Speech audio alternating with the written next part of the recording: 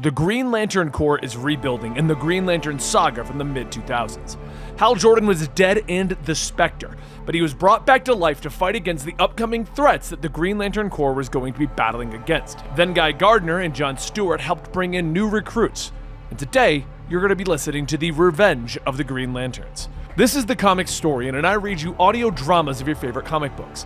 I cut down on the panels and B-plots to give you the core of the story, while avoiding copyright problems and allowing you to go to your local comic book store and buy the comics yourself to start your own amazing collection and have artwork and story to discover. A link to the playlist of all of the older videos is going to be down below, but let's continue the Green Lantern saga today. And let me know, which one of the Green Lanterns is your favorite? Is it Hal Jordan? Is it Guy Gardner? Is it John Stewart? Is it Kyle Rayner? Or one of the other ones, such as the Chipmunk? Chip! It has been 1 year since the earth-shattering events of Infinite Crisis. And in the mountains somewhere within the Russian Federation, Hal Jordan is launching himself forward, firing a blast from his ring at Ignis. Who put a price on my head? Who hired you? Hal demands, but the questions are interrupted as a rocket explodes nearby. Hal Jordan whirling in midair, looking as the Rocket Red's Russian defense team launches another attack. You are under arrest! Their commander barks through his comms. Hal keeps moving, using his ring to block another attack while ordering the ring to inform them of his intent. We are currently in pursuit of Ignis Man, an assassin from the Solar Cities. He is wanted in 17 sectors for murder. The ring chimes, but the Red Rockets don't care, not recognizing Jordan's jurisdiction and commanding him to leave and give the alien to them. But Hal needs information from Ignis. He puts up a shield as the Red Rockets attack again, their armored fists pounding through his shield, but he keeps fighting back, looking up as the MiG fighter comes barreling towards him. He throws up his shield, which clips the wing, sending it spiraling through the air. He then watches, but the pilot doesn't seem to eject, so he has no choice but to fly through the air, trapping Ignis in a bubble without air. The alien is thrashing about, using his powers to burn everything. Keep your men clear! He'll burn all the oxygen out trying to get free. I'll stabilize the MiG, he shouts to the Red Rockets. But they aren't listening. The commander flying and punching Hal Jordan in the face. He lashes out in anger, knocking all of the rockets away. I'm trying to keep it in the air! He shouts, flying forward, creating a construct to try and help the MiG steady. Images of the past year flashing before his eyes, of his Raptor crash landing in a foreign country, of him pulling himself out of the wreckage trying to get Cowgirl on the radio. He struggles through the woods, falling to the ground, finally looking up at the barrel of the terrorist's gun. You have bombed your last camp, American. The soldier spits, and Hal Jordan sits up in shock, the dream disappearing from his mind as the sound of gunshots echo. He looks around, the sound of news playing in the background, of the UN and the global guardians speaking out against what he did in Russia, that he has been crossing borders when he didn't have permission. You're up, a voice calls from the bedroom, and Hal turns to find the woman that he spent the night with. But they kiss before she heads out the door. She opens it, surprised to find Oliver Queen. Oh, hi there. I hope I'm not interrupting breakfast, Ollie says sheepishly. It's a short time later that Oliver and Hal are walking along the boardwalk of Coast City, with Oliver reminding him that he has ruffled a lot of feathers in the international community and created issues for the other superheroes. We don't just go into Russia. Someone put a price on my head, Ollie. The Ignis Man tried to cash in, Hal tells him, trying to explain the situation to Ollie, reminding him that as Green Lantern, borders don't exist. If an evil star heads into China, that's where the Green Lantern has to go, he says, and they finally reach the end of the pier with Hal staring off into the distance. There's a moment of silence before Oliver speaks. You should have kept the damn ring on, he says quietly, and Hal merely nods. I know. Later, he stands alongside Rocket Man and Cowgirl as their commanding officer gives them a speech.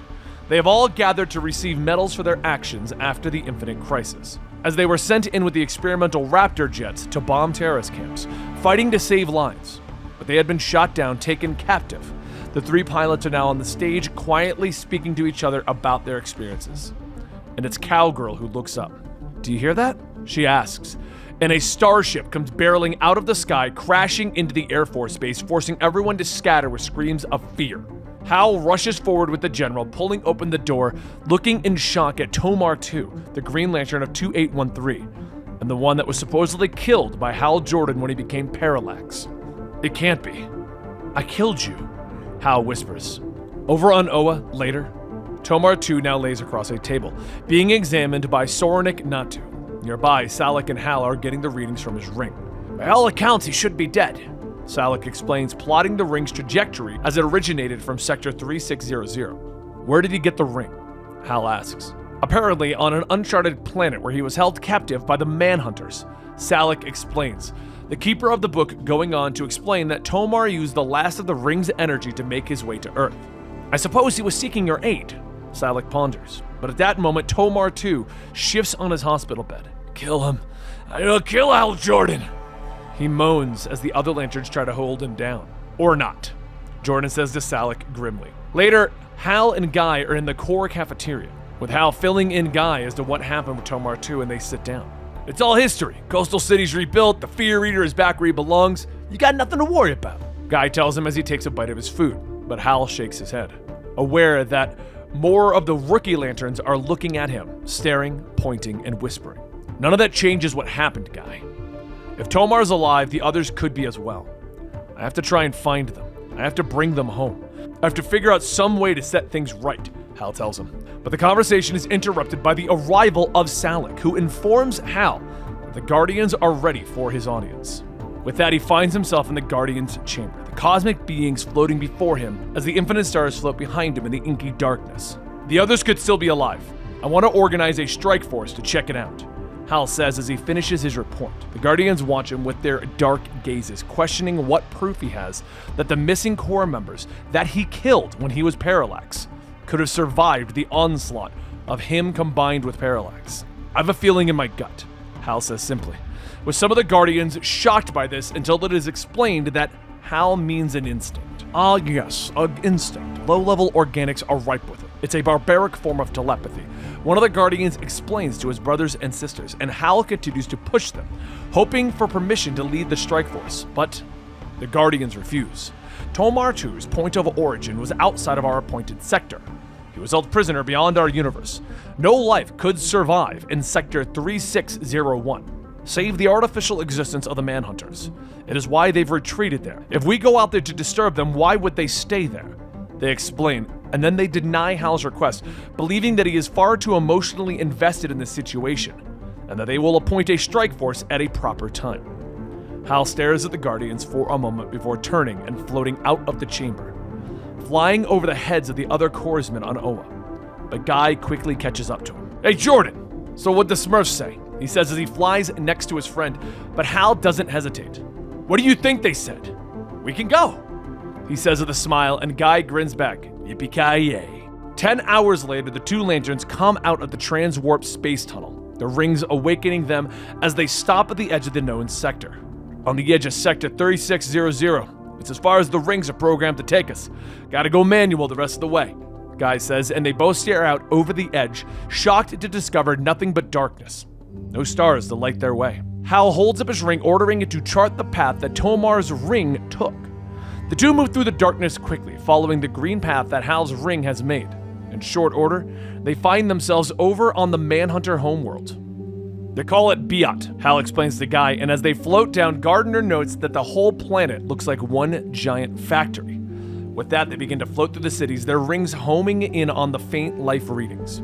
How many Manhunters do you think they got down here? Guy questions, and as if on cue, the Manhunters spring to life around them. Hal whirls around, firing his ring at the Manhunters. I'd say a lot, he says grimly, and they slice through the androids with their rings, creating constructs to slam them into the ground. But for everyone they kill, more seem to spring out of the walls around them. They're fresh, coming right off the assembly line, Guy shouts as they slice through the others. This one without the outer shell of most Manhunters. Most of them aren't even finished, he says, and Hal looks down, his hands slick with oil from the Manhunters. But his eyes widen as he realizes that it isn't oil. The Manhunters have blood running through their veins. Guy, stop! Guy is shocked as well. But the Manhunters have stopped, their faces shifting to reveal the power batteries inside. Initiating power retrieval, the androids begin to chime. The two lanterns quickly begin to speed away, with Guy destroying a nearby wall to slow down the pursuers. Eat it up, you tin cans! He shouts, and they continue to follow the pipes downward, finally coming out into a chamber where the Green Lanterns are being held. The lanterns all slumped forward, tubes and wires connected to their bodies. What the hell did they do to them? Guy snaps, but Hal doesn't know, recognizing some of the lanterns, including Creon of Sector 2002. I recruited them. I trained them, he says quietly, but a blast hits him from behind, knocking him to the ground. And you betrayed me, just like Sinestro betrayed you. Life is an endless cycle of betrayal and murder and pain, the voice shouts as Guy dives to the ground, grabbing Hal. I ended that hideous thing called life for so many when I destroyed Coast City. You tried to kill me for it. Hank Henshaw shouts as Cyborg Superman steps out of the shadows, the symbol of Superman still on his chest. But I forgive you, Hal Jordan, he shouts, his eyes glowing as he prepares for another attack. Guy holds up his ring, glaring at Hank Henshaw. You're the one controlling the robots, huh? The big scary cyborg Superman? If I had a power ring for every time some badass tried to be badder by wearing that S, I'd be a one-man Green Lantern Corps. He snaps as he launches an attack, but Hank easily blocks it with the 4 rings that he's wielding. Guy Gardner, what do you think I am? He asks with a sneer, and Hank pushes the energy back, throwing Guy and Hal away. Guy continues to fight, creating several construct grenades and throwing them. But Hank Henshaw moves through the explosions with ease, punching him in the face.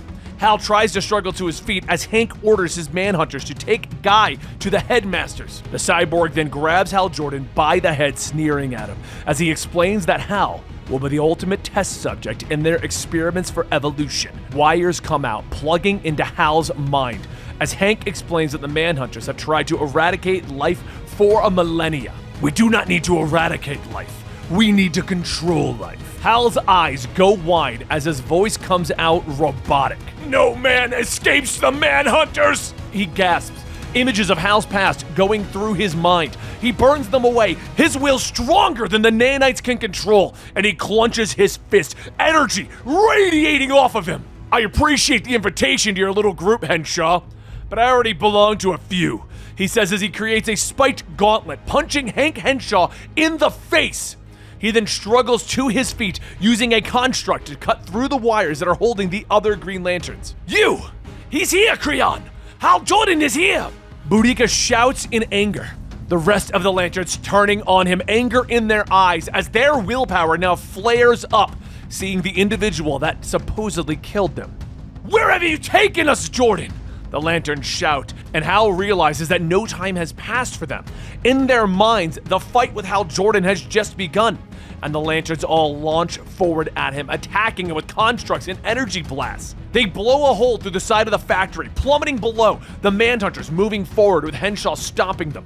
Hold your positions. I've activated the High Masters. They won't get far, he orders to his troops. The Lanterns all fall into the sewers below, still attacking Hal as he tries to defend himself without attacking his comrades. They slam him into the wall, shouting, "You're a traitor and a disgrace!" Boudica moves forward, slicing into Hal Jordan's hand with a jagged piece of metal, but Torrin stops her with a construct. He's not fighting back. Why isn't he fighting back? The monk turned Green Lantern asks, and they all stop, looking at Hal, and he explains. All right, I left you for dead, floating in space. The Manhunters took you and they brought you here. I'm here to bring you home, he tells them as he wipes the blood from his cheek, explaining that it's been years since their battle. They still aren't sure they can trust him, as Hal explains that the Manhunters have also now taken Guy Gardner, but their words trail off as he looks around, seeing other figures in the walls around them. Orissa? He says in shock as he turns and sees another Lantern, a friend and former lover that he thought was dead. The Lanterns all hold up their rings, shocked to see how many Lanterns that have been presumed dead are now trapped within the walls of the Manhunter City. I thought they were all dead, someone whispered, but Boudica turns, glaring at Jordan. This one should be, she hisses, but it's Torrin who interrupts her, pointing out that Hal Jordan doesn't seem to mean them any harm, and there are other Lanterns that now require their help. But a blast hits him from behind, killing him instantly, throwing him to the ground. No man escapes the Manhunters, the giant Manhunter proclaims as it steps out of the shadows, the Lanterns shocked to see Guy Gardner in the cockpit, powering the massive beast. The Lanterns immediately launch themselves at the Manhunters, using the borrowed power rings to attack, but Boudica doesn't move, cradling Torrin, her anger boiling up as she glares at Hal Jordan. proclaiming that he distracted them long enough for the monstrous Manhunter to attack. Torrens' ring slips off of his finger, slipping onto Boudica's left hand as Hal Jordan tries once again to tell her, "I am not your enemy." "Not my enemy, Earthman? You'll never be anything else!" she snaps as she lashes out at him, knocking him away with a powerful energy blast. He manages to recover, watching as the other lanterns continue to fight back, and he turns to the body of Orisa, shouting in anger as the green tendrils wrap around her, yanking her off of the wall, pulling her into Hank Henshaw's grasp. "In times of intense stress or damage, granites shut down so that they can heal and evolve into the next stage of life. Orisa was buried alive and forgotten. The Manhunters dug her out. She belongs to us now. Like you, Jordan, batteries brought here to power my Manhunters," he taunts. Rage boils up inside of Hal as he pours that rage into his ring, hitting Henshaw with a blast of willpower like an afterburner, knocking the cyborg away, forcing him to release Orisa. The cyborg is burning, his human flesh charred. "You came here thinking you'd rescue those that you had betrayed, and all would be forgiven. Simple goal, simple mind, just like Superman." Henshaw laughs, launching himself at Hal, slamming him into the ground and punching him away. "You're a piece of work, Henshaw, or a piece of something." He snaps as he fights back, but Henshaw hits him with a blast of heat vision. He grabs Hal by the arm, holding him up. "And what do you think you are? A man getting a chance of redemption? The Guardians used you as an example. You constantly questioned and disobeyed their orders, and look at what happened to you. You lost everything. The Guardians saw your presence in the core as a way to keep everyone else in line." He taunts, raising his fist, preparing to hit Hal again, but the green energy slices through his arm, cutting it off. "You're joking, right? Sorry, did that hurt?" Orisa asks with a smile as Hank Henshaw screams in pain. Meanwhile, the other lanterns have managed to pull Guy out of his giant mecha suit. "Get the slime off of me!" he snaps, and the other lanterns prepare to make their escape as Orisa grabs Hal. "I'll explain everything later, Orisa, but I'm back," he tells her, and she nods as she sends another blast back at the Manhunters. "I can see that, and your hair looks better," she tells him, but Henshaw sends more blasts of heat vision at them, forcing the lanterns to dodge the attacks. "How many Manhunters?" Orisa asks. "Ring said 40.3 million. Hal tells her, and she nods at him as Hal swoops back, slamming the chasing Henshaw into the wall. "I missed this," she tells him with a smile. Hal continues to slam Henshaw, using his ring to get a message to Guy, telling him that he and the other lanterns need to go. "Hey, I outrank you! Don't go order me around, Hal!" Guy shouts back, but Hal and Orisa continue to run with the Manhunters swarming around them. "I'll make you a deal. I don't make it out, you can have my little black book, the one with the home numbers, even Power Girls," Hal tells him. Guy doesn't hesitate as he turns to the other lanterns. "Listen up, troops, it's evac time!" he shouts. Henshaw manages to get away from Hal, knocking him into a nearby High Master mech. Mechanical tendrils snake out, wrapping around Hal and pulling him into the cockpit. "You've already died once, Jordan, but now you will feel true pain. You will see why life should not exist," the cyborg taunts, but Orisa swoops in, tendrils pulling her in as well. "Sorry, it grabbed me," she tells him, and Hal smiles at her, explaining to her that with the two of them, the High Master won't be able to control either of them. "The walking planet destroyer can't control us. We'll control it," he says as his ring flares up with power. He looks down at them in shock as the two lanterns take control of the High Master. "This is only the first stage of evolution for me and my Manhunters, Jordan. I know what the Guardians are doing. I know their secrets," he shouts. The High Master begins to glow with green energy as Hal and Orisa point their cannons at the factory around them. "I'm on the edge of my seat. See you later, Hank," Hal calls, and the energy blast hits the planet hard, the sheer power of the High Master's weapons causing a chain reaction that rips through the mechanical planet. As the planet begins to tear itself apart, the other lanterns look back to see Hal and Orisa following them. And with that, they escaped. But it's not the end of the cyborg Superman. Back on Oa, the Citadel of the Guardians, Hal and Guy stand before the cosmic beings, with Guy informing them that he, as the head of the Honor Guard, authorized Hal Jordan's mission into Sectors 3601. And according to the Book of Oa, a member of the Honor Guard gets to break the rules 3 times before expulsion. Guy says with a smile. The Guardians turn their dark gaze upon him. "We believe that you are doing what many Earthmen do. "You are covering," one of them states to him. The Guardians nod amongst themselves, claiming that they have decided on his punishment. Prime duty, 1 month. The two Lanterns step back outside where the rest of the Corps is greeting the returning veterans. Creone steps forward, thanking Hal for rescuing them. "That it doesn't mean that we've forgotten. You stay clear, we will too," he says, narrowing his eyes, but Orissa steps forward, kissing Hal on the cheek and thanking him. "No, thank you, Orissa," he says with a smile, flying off. Meanwhile, Guy Gardner is floating with Salak before the Red Sun, listening to the endless rules that the Keeper repeats.